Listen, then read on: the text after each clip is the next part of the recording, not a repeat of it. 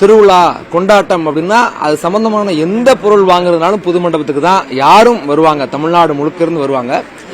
அப்படி வரக்கூடிய இந்த புது மண்டபத்தில் இந்து விழாக்கள் சார்ந்து தயாரிக்கக்கூடிய பொருட்கள், துணிகள்ல ஒரு 50க்கும் மேற்பட்ட கடைகள் இஸ்லாமிய நண்பர்கள் நடத்திக்கிட்டு இருக்காங்க.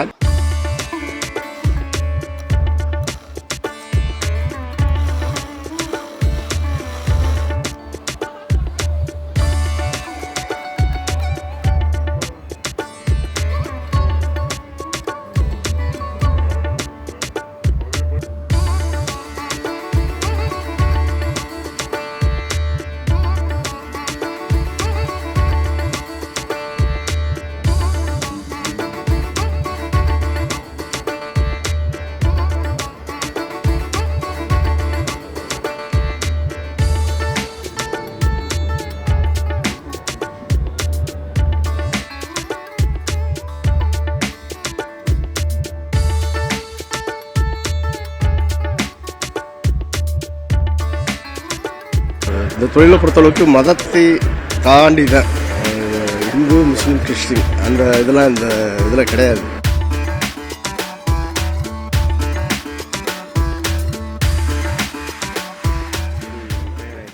அதெல்லாம் நல்லபடியாக போயிட்டுருக்கு. எல்லாமே சூப்பராக ஆல்டர்னேட் எல்லாமே நல்லா பண்ணிக்கிட்டு இருக்காங்க. எந்த ஒரு இது இல்லாமல் நல்லபடியாக டிசைன்ஸு எல்லாமே புதுசாக இருக்குது. இந்த இடம் என்ன ஒரு வருத்தம்னா அந்த ஏர் பைப்பை வச்சு அடிக்கக்கூடாதுன்ற ஒரு இது போட்டிருக்காங்க. அதுபோக அந்த பைப்பு போட்டுறது நல்லது தான். இன்னும் சாமிக்குன்னு புதுசாக அந்த இந்த குழா வச்சு தான் அடிக்கணும், அதுதான் பாரம்பரியம். ஏர் பைப்பை நிப்பாட்டினது கொஞ்சம் நல்லதாக தான் தெரியுது.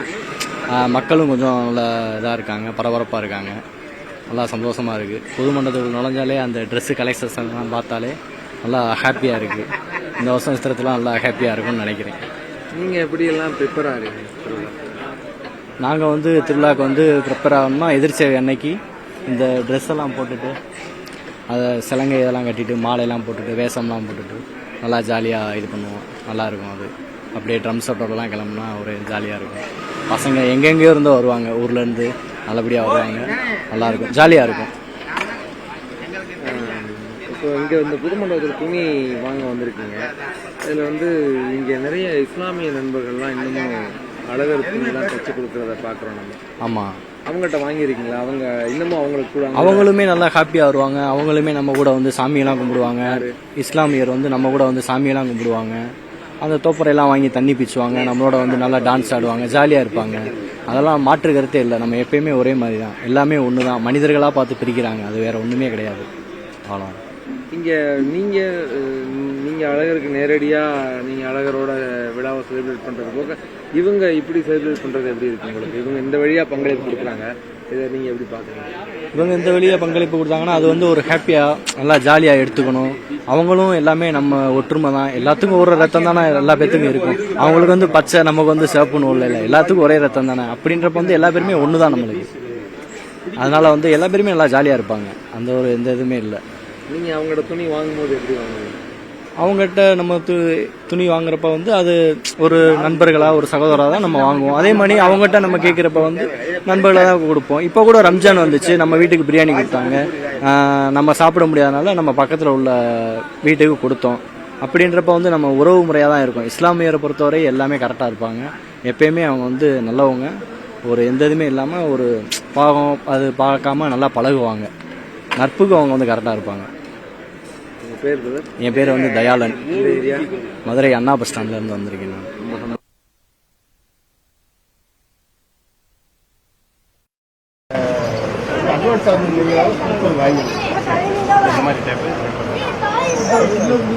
இந்த மாதிரி போட்டு தரலாமா?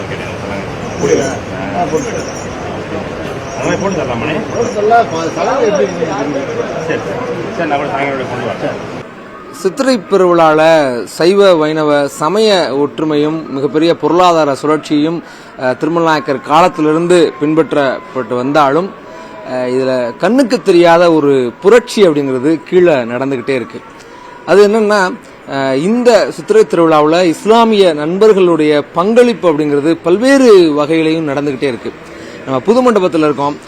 திருவிழா கொண்டாட்டம் அப்படின்னா அது சம்பந்தமான எந்த பொருள் வாங்குறதுனாலும் புது மண்டபத்துக்கு தான் யாரும் வருவாங்க, தமிழ்நாடு முழுக்க இருந்து வருவாங்க. அப்படி வரக்கூடிய இந்த புது மண்டபத்தில் இந்து விழாக்கள் சார்ந்து தயாரிக்கக்கூடிய பொருட்கள் துணிகள்ல ஒரு 50க்கும் மேற்பட்ட கடைகள் வந்து இஸ்லாமிய நண்பர்கள் நடத்திக்கிட்டு இருக்காங்க. அதுல குறிப்பா நம்ம அண்ணன் அபூபக்கர் சித்திக் அப்படிங்கிறவர் 40 வருஷத்துக்கு மேல இங்க கடை வச்சு நடத்திட்டு இருக்காரு. அவர்கிட்ட பேசுவோம். அண்ணா வணக்கம். உங்களுடைய இந்த வருஷம் தொழில் எப்படி போயிட்டு இருக்கு? சித்திரத்தில் நல்லா போயிட்டு இருக்கு, சிறப்பா இருக்கு, ரொம்ப சந்தோஷம். நீங்க வந்து பேட்டி எடுக்கிறது சிறப்பு. நீங்க வந்து ஒரு பிறப்பால நீங்க ஒரு இஸ்லாமியரா இருந்தா கூட இந்த தொழில உங்களுடைய பங்களிப்பு அப்படிங்கிறது எத்தனை வருஷமா எப்படி கொடுத்துட்டு இருக்கீங்க? அதாவது இந்த தொழிலை பொறுத்தளவுக்கு மதத்தை தாண்டி தான், இந்து முஸ்லீம் கிறிஸ்டின் அந்த இதெல்லாம் இந்த இதில் கிடையாது. ஏன்னா மும்மதமும் வந்து சேர்ந்து தான் இந்த தொழிலை, இந்த திருவிழாவை நடத்திக்கிட்டு இருக்கோம். எல்லாருக்குமே வேலை வாய்ப்பு கொடுக்குற திருவிழா. எப்படி சைவமும் வைணவமும் ஒன்றா சேர்ந்துச்சோ, திருமண நாயக்கர் வந்து எப்படி ஒன்றா சேர்த்தாரோ அதே மாதிரி தான் இந்த திருவிழா வந்து மும்மதத்துக்கு அடையாளமாக தான் நடந்துக்கிட்டு இருக்கு. நாங்கள் வந்து இதை வந்து ஒரு பெரிய பாக்கியமாக கருதுறோம். இந்த ஒரு வாய்ப்பு எங்களுக்கு ஆண்டவன் கொடுத்துருக்காங்கன்னா அது பெரிய வாய்ப்பு, பாக்கியம். அது சிறப்பாக கொடுத்துக்கிட்டு இருக்கோம். அதே மாதிரி வரும் பக்தர்களுக்கு எங்களால் என்னென்ன உதவி, என்னென்ன முயற்சி, என்னென்ன செய்யணுமோ அதுக்கப்புறம் சிறப்பாக செஞ்சு கொடுத்துக்கிட்டு இருக்கோம். ஆனால் இப்போ பாக்கியம்னு சொன்னீங்க, இந்த இடத்துல இந்த தொழிலை பண்றது எங்களுக்கு ஒரு வகையான பாக்கியம் சொன்னீங்க. எப்படி அந்த இடத்துல சொல்ல வருது? மீனாட்சி காலடியில் இருக்கிறதே பாக்கியம் தானே. அது வந்து யாராக இருந்தாலும் சரி, அதாவது மதங்கள் வெவ்வேறு இருந்தாலும் போய் சேர்ற இடம் ஒரு இடம் தான். எல்லா மதங்களும் ஒரு தான் குறிப்பிடுது. ஏன்னா மனித நேயம், மனித இதைத்தான் குறிப்பிடுது. அந்த மாதிரி எங்களுக்கு ஒரு இறைவன் காலடியில் நாங்கள், அவங்களும் ஒரு இறைவன் தான், காலடியில் நாங்கள் இருக்கிறது பெரிய பாக்கியம். அந்த பாக்கியத்துக்கு எங்களை வந்து சந்திச்சு பொருள் வாங்குறாங்கல்ல, அதை வச்சு தான் பொருள் வாங்குறாங்க. இதே நாங்கள் வெளியே போய் உட்காந்துருந்தோம்னா வாங்க மாட்டாங்க. எங்களுக்கு மரியாதையே மீனாட்சியை வச்சு தான் மரியாதை. நீங்க என்ன விதமான பொருள்லாம் தயாரிக்கிறீங்க? அழகருடைய அடியவர்களுக்கு என்ன பொருள்லாம் தயாரிக்கிறீங்க? நாங்கள் வந்து எல்லா திருவிழாக்களுக்கும் எல்லா ஃபங்க்ஷனுகளுக்கும் நம்மகிட்ட வந்து பொருள் இருக்கு. உதாரணத்துக்கு இப்போ வந்து இது அழகர் திருவிழா. அழகர் திருவிழாவுக்கு வந்து எடுத்தோன்னே சலடா பேண்ட்டு போடுவாங்க, வேலை கட்டுற காப்பு, காலில் கட்டுற சலங்கை, வந்து நாமக்கட்டி, அதோட சார்ந்த அனைத்து பொருளுமே நம்ம வந்து வியாபாரம் பார்த்துக்கிட்டு இருக்கோம். சல்லடைங்கிறது நாங்கள் சொந்தமாக தயார் பண்ணி 40 வருஷமாக தயார் பண்ணி விற்றுக்கிட்டு இருக்கோம். உங்கள்கிட்ட வந்து எப்படி வந்து பொருள் வாங்குவாங்க? உங்களை எப்படி அணுகுவாங்க? இது அதே இயல்போட அணுகுவாங்களா? எப்படி அணுகுவாங்க? அந்த மண்மனம் மாறாமத்தான் வந்து பொருட்கள்லாம் வாங்கிட்டு இருக்காங்க.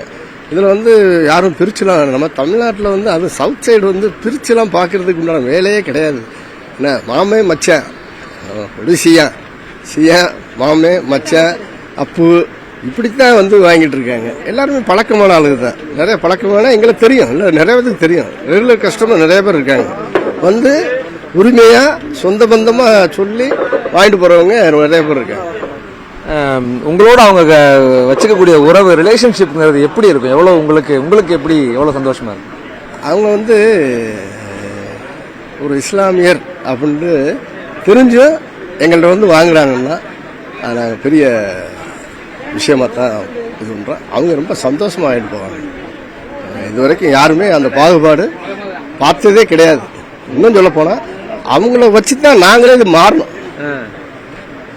எப்படி மாறு? அதாவது அவங்க அந்த இது ஒரு முஸ்லீம் அப்படிங்கிற பிரிவினைலாம் அவங்கள்ட்ட கிடையவே கிடையாது. அவ்வளோ அன்பு பாசமாக வந்து நம்மகிட்ட வாங்குறதுனால தான் நம்மளும் அந்த சகோதரத்துவம் அந்த இதெல்லாம் நம்ம வந்து பேணணும், ஃபாலோ பண்ணணும் அப்படிங்கிறத நடைமுறையில் கொண்டு வந்துக்கிட்டு. இப்போ அவங்க வந்து இந்த திருவிழா ஆரம்பிச்சுன்னா ஒரு குறிப்பிட்ட நாளுக்கு வந்து விரதம் இருக்கிறாங்க, அசைவம் சாப்பிடாம வைக்காம. நீங்க அந்த மாதிரி எதுவும் ஃபாலோ பண்றீங்க? கண்டிப்பா. இப்போ நான் ஒரு 30 நாளாவே வந்து தயிர் சாதமும் வெங்காயம் தான் என்னுடைய சாப்பாடு. ரம்ஜான் அன்னைக்கு கூட நான் எதுவுமே தொடலை. இடையில ரம்ஜான் வரை வந்துச்சு, இடையில எதுவும் தொட முடியல. தொடலை என்ன காரணம்னா இந்த விரதம் ஓடிக்கிட்டு இருக்கிறதுனால அவங்களுடைய உணர்வுகளுக்கு மதிப்பளிச்சு நாங்கள் வந்து அதை கட்டுக்கோப்பாக இது பண்ணிக்கிட்டு இருக்கோம். சாமி சம்மந்தப்பட்ட பொருள் ரொம்ப கவனமாக இருக்கணும், அதை நான் ஃபாலோ பண்ணிட்டு தான் இருக்கோம். சித்திக் அண்ணன் வந்து தயிர் சாதமும் வெங்காயமும் 30 நாள் சாப்பிடாரு அப்படின்னு கேட்கும்போது ரொம்ப எங்களுக்கும் ரொம்ப சந்தோஷமா இருக்கு. அவ்வளவு தூரம் இன்னொரு மனுஷங்களோட நம்பிக்கையும் அவங்களுடைய உணர்வுகளுக்கும் மதிப்பு கொடுக்குறீங்க அப்படிங்கிறது. இந்த தாட் உங்களுக்கு எப்படின்னு தக்க வச்சு கொண்டு போறீங்க? அதுதான் நம்ம தமிழ்நாட்டில் அந்த பைண்டிங், அந்த பின்னி பிணைந்தது வந்து பிரிக்கவே முடியாது. ஏன்னா அது வந்து நாட்டில் வேணா அது எப்படி, தமிழ்நாட்டை பொறுத்தளவுக்கு நம்ம எல்லாமே சொந்த பந்தங்கள் தான். ஏன்னா முதலே சொல்லிட்டேன் நான், வழிகள் வேற வேற இருந்தாலும் போய் சேர இடம் ஒன்று தான். அது மாதிரி தான் இருக்கிற வரைக்கும் நம்ம என்ன நல்லா சொந்த பந்தமாக அனுசரித்து வாழ்கிறதுல வந்து அது மாதிரி ஒரு சந்தோஷம் எதுவுமே கிடையாது. அந்த மாதிரி தான் ஓடிக்கிட்டு இருக்கு. நம்ம பார்க்க ஒரு இந்து நண்பர்கள் அவர்களுக்கு அவங்களுடைய நம்பிக்கையும் அவங்களுடைய உணர்வுகளுக்கும் எவ்வளவு தூரம், இதெல்லாம் உச்சம். உணவு பழக்க வழக்கங்களோட அவங்க விரதம் இருக்காங்கன்னா ஒரு நியாயம் இருக்கு. இவரும் அண்ணனும் அபூபக்கர் அண்ணனும் சேர்ந்து அவங்களோட நானும் விரதம் இருக்கேன், அவங்க போட்டுக்க போற ட்ரெஸ், அவங்க அணிய போற மாலை, இதுல வந்து அவங்களுடைய உணர்வுகளுக்கு மதிப்பு கொடுத்து நானும் இருக்கணும் அப்படிங்கிறதுலாம் மிகப்பெரிய ஒருமைப்பாடு. இதெல்லாம் வந்து எந்த பேதமும் கிடையாது, தமிழ்நாட்டில் எந்த பேதமும் கிடையாது, எந்த வேறுபாடும் கிடையாது, எந்த மதமாச்சரியங்களும் கிடையாது.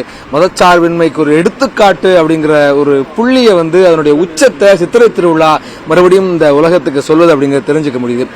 இங்கே நடக்கக்கூடிய இந்த நிகழ்வு வந்து ஒரு நாள் 2 நாள் நடக்கல, நெடுங்காலமாக நடந்துட்டு இருக்கு. கிட்டத்தட்ட 100-200 வருஷங்களுக்கு மேலாக இந்த ஒற்றுமை, இந்த பாண்டிங், இந்த உணர்வு பிணைஞ்சு இருக்கிறதுக்குள்ள இது நடந்துகிட்டே வருது.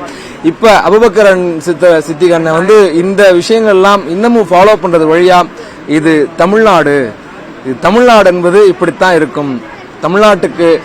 தமிழ்நாட்டினுடைய இந்த பண்பாட்டு விழுமியங்கள்ல, இந்து இஸ்லாமிய உறவுகளுக்கு இருக்கக்கூடிய பண்பாட்டு விழுமியங்கள்ல ஒரு புதிய ஒலி பாய்ச்சக்கூடிய வகையில் தான் இவங்களுடைய செயல்பாடுகளை நம்ம பார்க்க வேண்டியது இருக்கு. நியூஸ் 18 செய்திக்காக ஹரியுடன் வெற்றி.